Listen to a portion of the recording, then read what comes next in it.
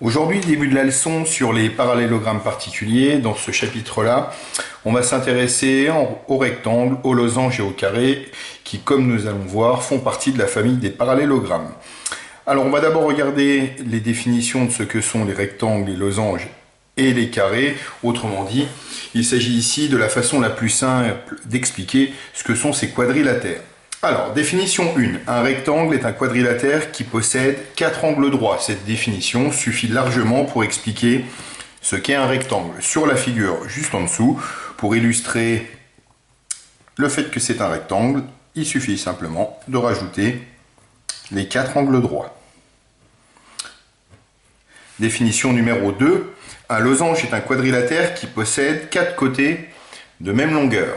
Donc sur le dessin juste en dessous, on indique que le losange possède 4 côtés égaux. Et enfin, un carré est un quadrilatère qui possède 4 angles droits et 4 côtés de même longueur. Autrement dit, on indique bien les 4 angles droits et les 4 côtés égaux. Voilà, ces définitions toutes simples permettent de faire des constructions comme vous en aurez à faire.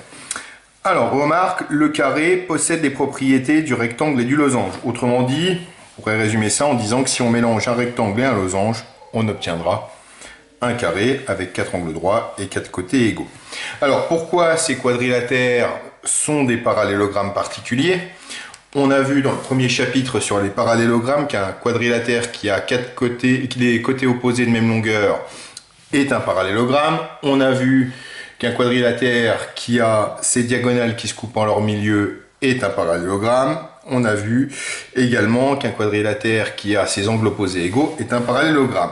Alors, si on regarde bien le rectangle, on voit bien que les angles opposés sont de même mesure, donc le rectangle est un parallélogramme. On a vu pour le losange que les 4 côtés égaux, donc les côtés opposés ont la même longueur, donc le losange est un parallélogramme. On peut faire le même raisonnement pour le carré, les côtés opposés sont égaux, c'est donc un parallélogramme. Donc les rectangles, les losanges et les carrés appartiennent à la famille des parallélogrammes.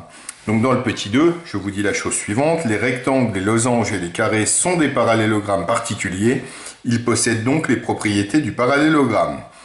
Les côtés opposés parallèles et de même longueur, donc dans chacun de ces 3 quadrilatères, les côtés opposés sont parallèles et de même longueur. Les angles opposés ont la même mesure, on le voit facilement sur le rectangle et sur le carré.